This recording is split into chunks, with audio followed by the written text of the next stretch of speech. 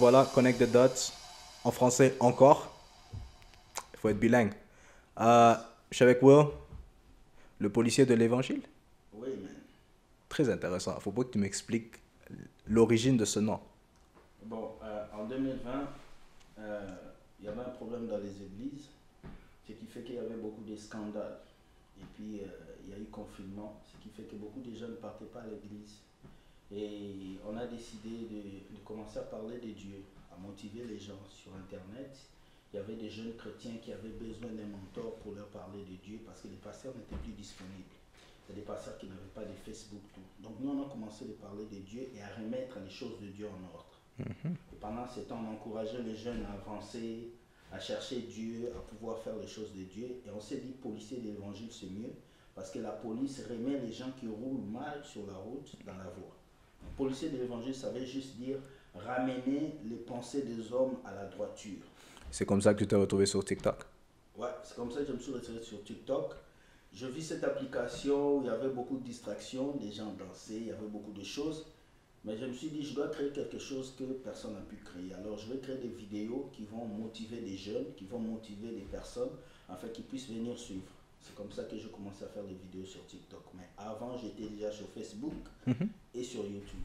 Qu'est-ce que tu faisais sur Facebook et YouTube? C'était le même genre de choses ou bien un contenu C'était différent? des vidéos de motivation, Ok. des vidéos de prédication, des vidéos de vraiment de bonheur pour permettre aux gens d'avancer. Ok, ok. Et par rapport à ton expérience avec TikTok, une question un petit peu banale. Combien de TikTok tu penses avoir fait depuis que tu as commencé?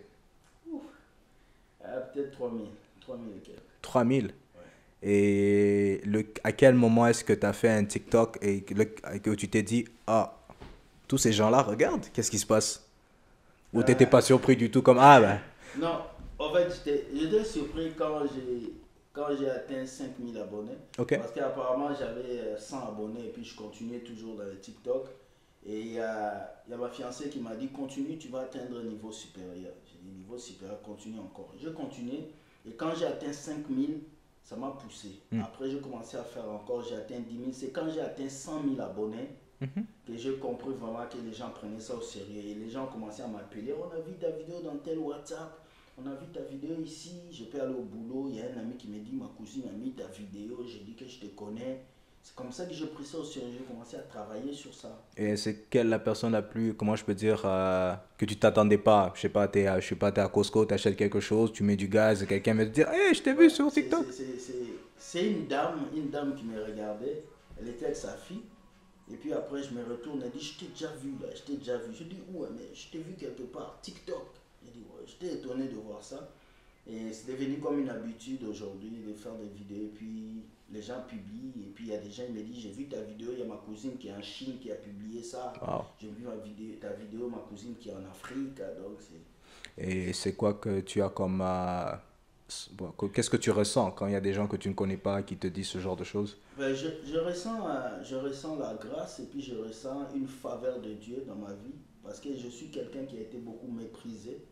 Quand je faisais des vidéos, j'étais méprisé, les gens ne me suivaient pas.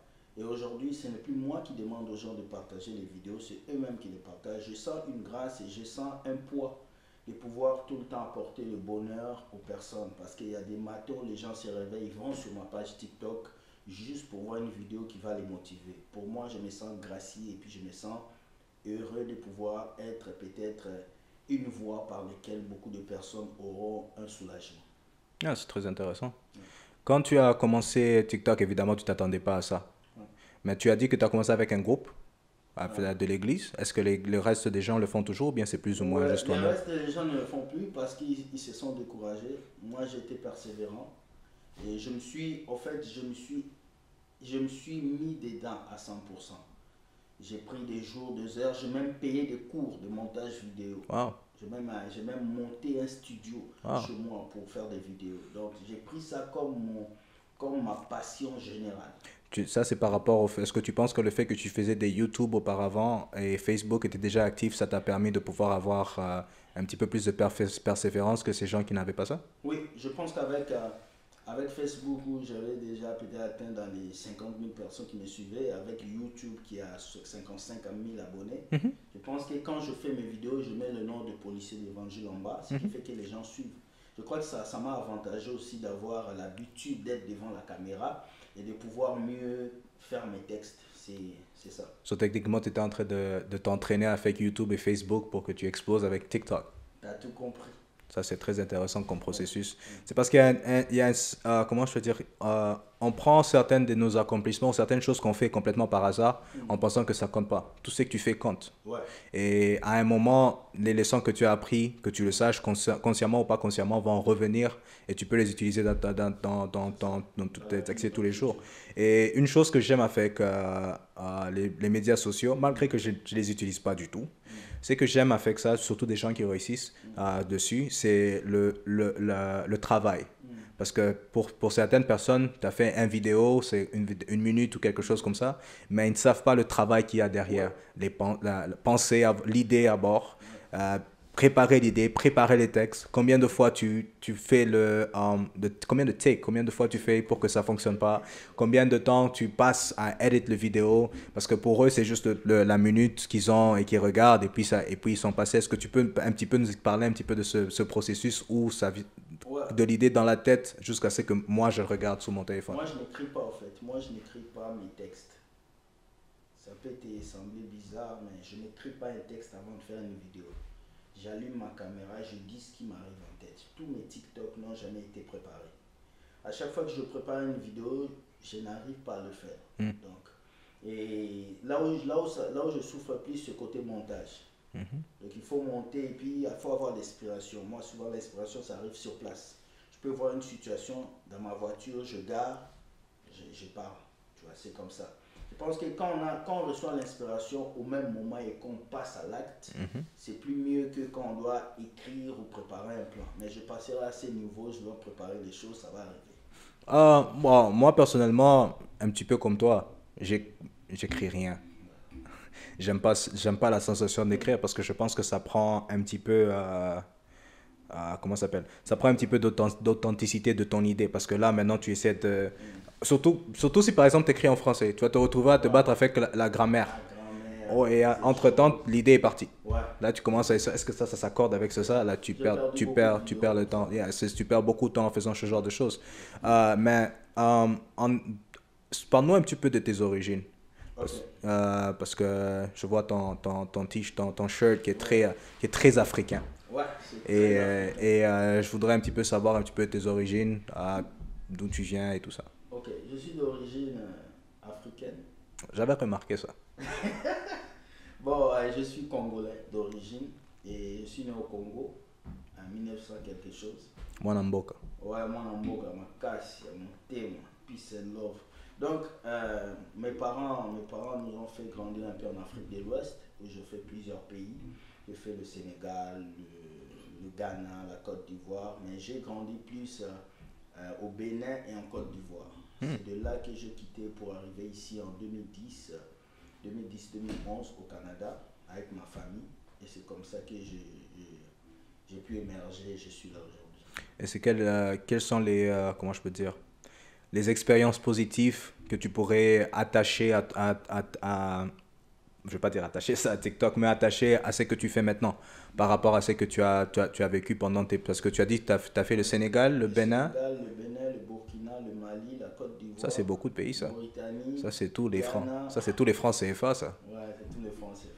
Mais attends, mais ça c'est pendant une période de combien de temps que tu as fait tous ces pays? Pendant une période de moins 6 à 7 ans. Ah ok, ok, ok. Ouais. Mais tu as vraiment dû apprendre beaucoup parce que c'est Ouais. constamment... J'ai fait 6 ans au Sénégal, j'ai fait 3 ans au Bénin, j'ai fait 3 ans en Côte d'Ivoire. Ah. Donc, je m'estime d'être heureux de passer par ces pays parce que j'ai appris beaucoup et ma culture générale a été développée assez.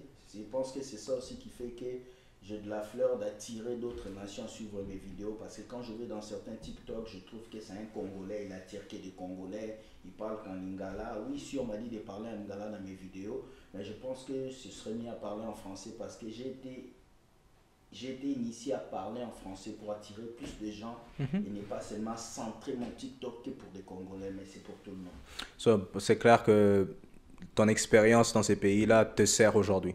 Oui, Euh, beaucoup. Par rapport à, parce que l'objectif de ces conversations, c'est essayer de voir comment est-ce qu'on connecte, comment connecter nos activités d'aujourd'hui avec des choses qu'on a fait quand on était plus jeune. Yes.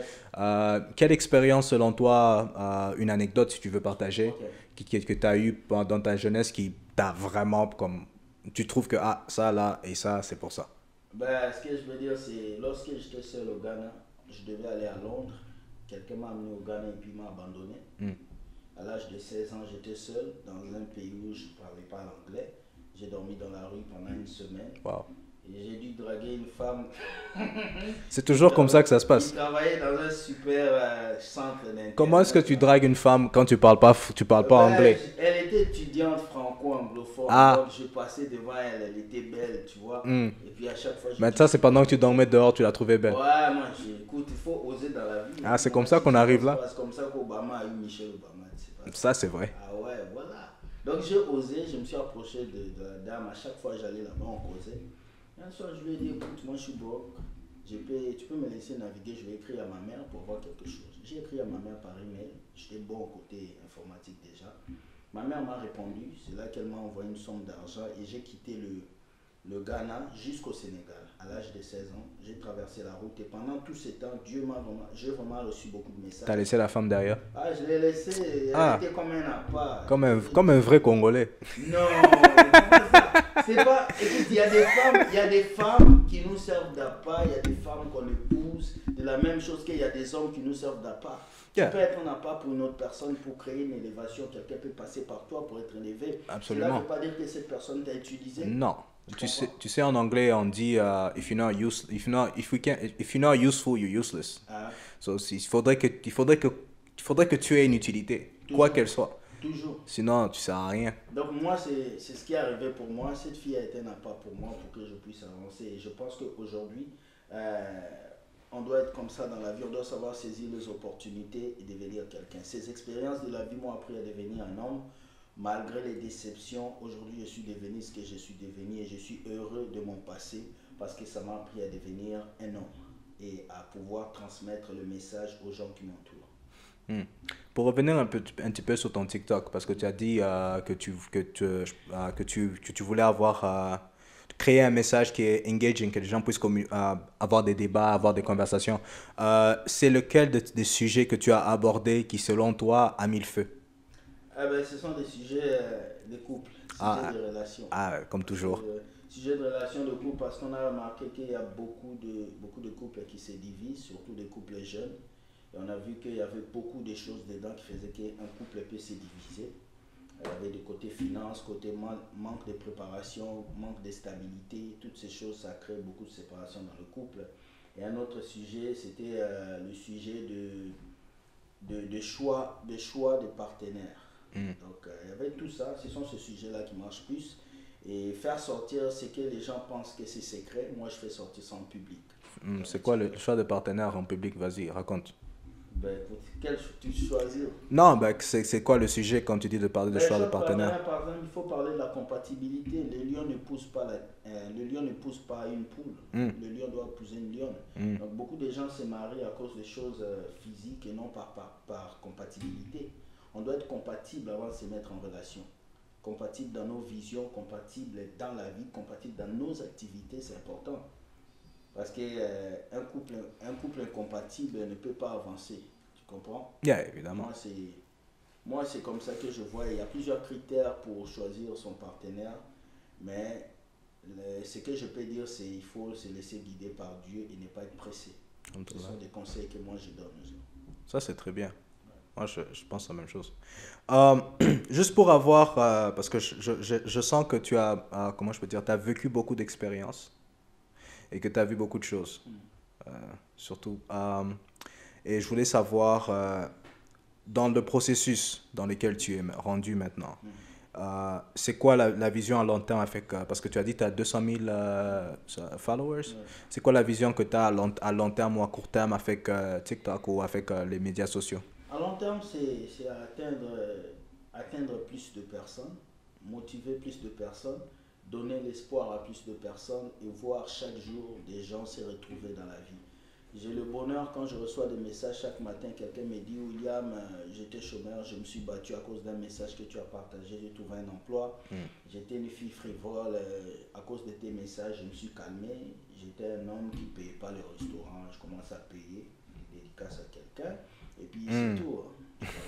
Il a payé pour le Uber, faut pas. Ouais, il a fait pour le Bon, en tout cas, il est encore là, on sait pas s'il a payé pour le Uber. Ah, c'est bon. Ça fait sourire, ça fait du bien. Bah, Calme-toi. non, je suis en train de... il y a une chose. Parce que pour moi, on peut t'appeler beaucoup de choses. Pour moi, tu es un entrepreneur. Ah ouais, je suis.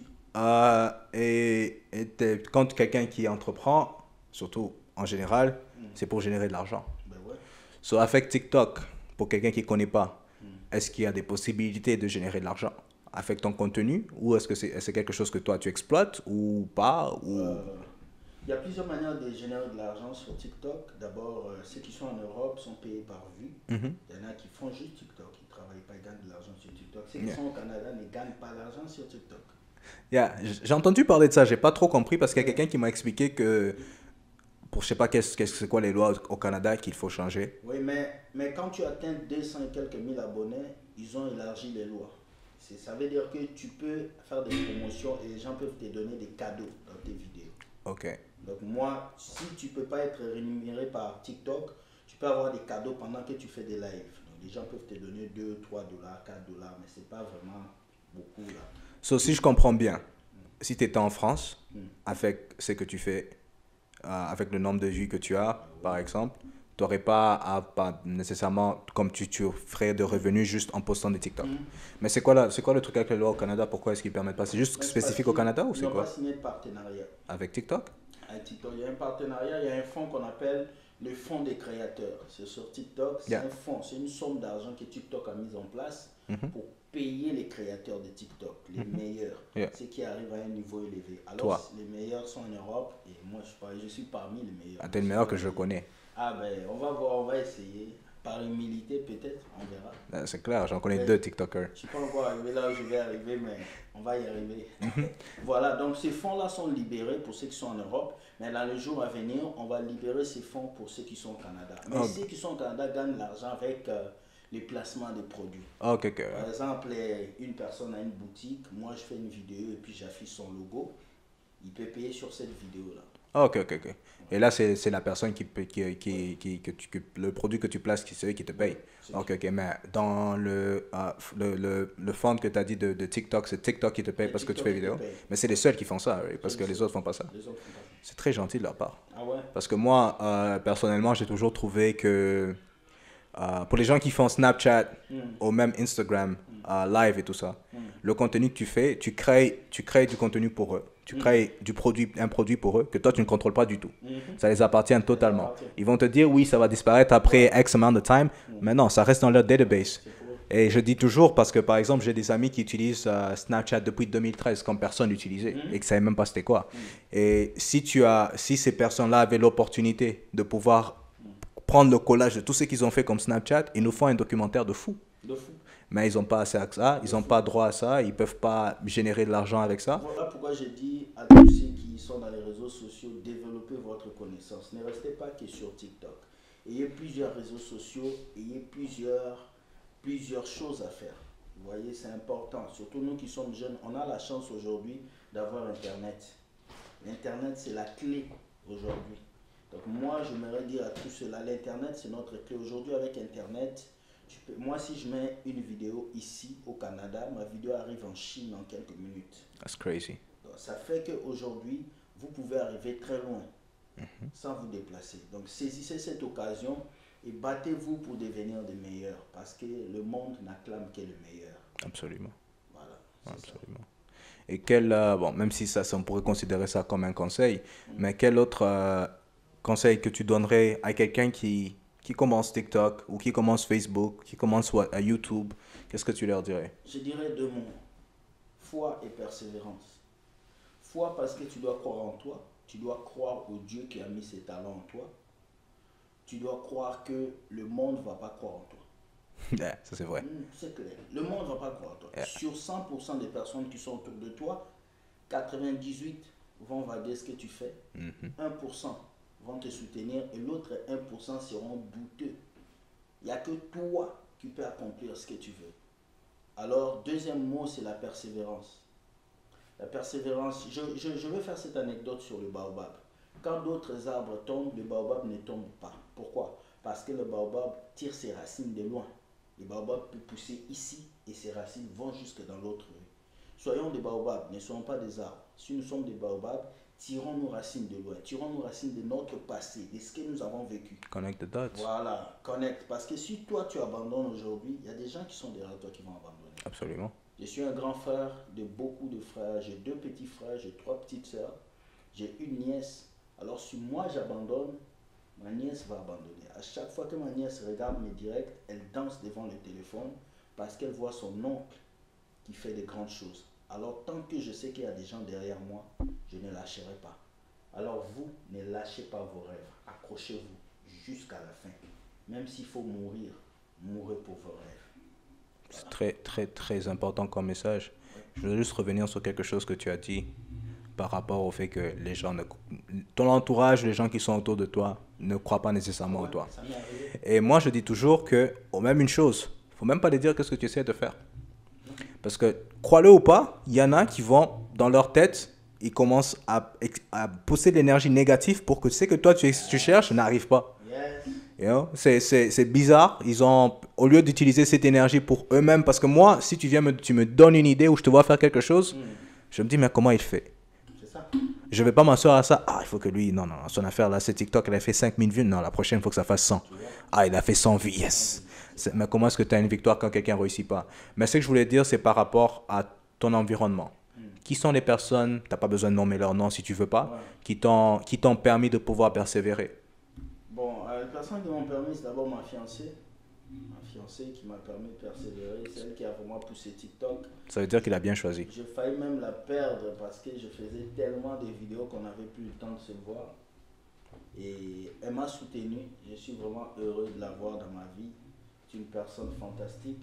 La deuxième personne, c'est mes amis qui m'ont soutenu. Et la troisième personne, c'est tous ceux qui sont dans le monde, les personnes qui partagent les vidéos. Vous êtes des personnes excellentes, je vous aime. Et c'est ça ce que je peux dire. Et la personne la plus importante, c'est God. C'est lui qui tient le summum dans ma vie. C'est de lui que je tire cette inspiration. C'est lui qui a commencé le processus. Hein. Ouais, c'est lui. Sans lui, c'est compliqué. Sans lui, c'est compliqué. Je n'allais pas être ici. Et je voulais juste te poser une dernière chose que je voulais savoir. Ouais. Est-ce que tu sens une responsabilité envers les 200 000 personnes qui te suivent? Oui. C'est quoi la responsabilité que tu as La pour eux? responsabilité que je dois garder mon image. Je ne dois pas ternir cette image. Je dois faire attention à ce que je fais. Parce que quand vous arrivez à un certain niveau où Dieu vous élève, vous devez faire attention à tout ce que vous faites, à vos connaissances, à là où vous allez, à tout ce que vous faites. Donc je protège beaucoup mon image. Il y a des choses que je ne fais plus, il y a des lieux où je ne vais plus. Et ça a été imposé comme ça par moi. C'est depuis quelques années que je pratique cela et ça me permet d'être en sécurité pour éviter quelques scandales. Discipline? Ouais, discipline. Wow, faut rester discipliné parce qu'on a vu un autre Will perdre la tête, ça. Ah ouais, ben lui c'est son problème. Il a voulu ramasser quelque chose que tout pas qu'il voulait laisser. Ah, Nous, on peut pas. là on rentre dans un autre sujet. Ah ben, on peut Faut bien choisir. J'ai déjà bien choisi. En tout cas, moi je pense que, comment je peux dire, honnêtement, c'est la première fois que je te rencontre. C'est la première fois que je parle avec toi. J'ai entendu parler de toi. C'est qu'on m'a dit colle avec la personne que je vois. Merci. Et en tant que être humain, Ouais. africain, congolais comme toi, je suis très fier. Merci. Je suis très heureux de, comment je peux dire, de voir thinking out of the box, qu'on essaie de faire des choses qui sont à l'extérieur de ce qui est la norme et ce qui est accoutumé. Et surtout que tu es concentré et que tu as une idée claire de ce que tu veux faire. Ouais. Et nous, on t'encourage. Si tu as un message à passer à d'autres pour qu'ils puissent s'inspirer de ce que tu as fait ou qu'ils puissent... Ok. Mon message, c'est battez-vous. Battez-vous pour vos rêves. Battez-vous pour ce que Dieu a déposé en vous. Vous savez, vous êtes des jardiniers. Vous devez arroser vos fleurs. Si vous ne les arrosez pas, ça va se faner. Alors, tant que vous êtes jeune, vous avez de l'espoir. Quelqu'un qui a 75 ans ne peut pas courir comme vous. Utilisez votre énergie en produisant les bonnes choses et non en perdant votre énergie en faisant n'importe quoi. Je me rappelle lorsque j'étais adolescent, mon père me disait, là où tu mets ton énergie, c'est là où tu tires ta richesse. Alors la jeunesse d'aujourd'hui doit savoir où tirer sa richesse. C'est à toi de faire le choix. Soit de bosser aujourd'hui pour te réjouir demain, ou de dormir aujourd'hui pour pleurer demain. C'est la fourmi, la cigale. Voilà. Bonne soirée à vous. La cigale et la fourmi. C'est la cigale et la fourmi. Ah, ça, c'est la version recomposée. Ah, c'est mieux que le corbeau et le renard. En tout cas, connect the dot.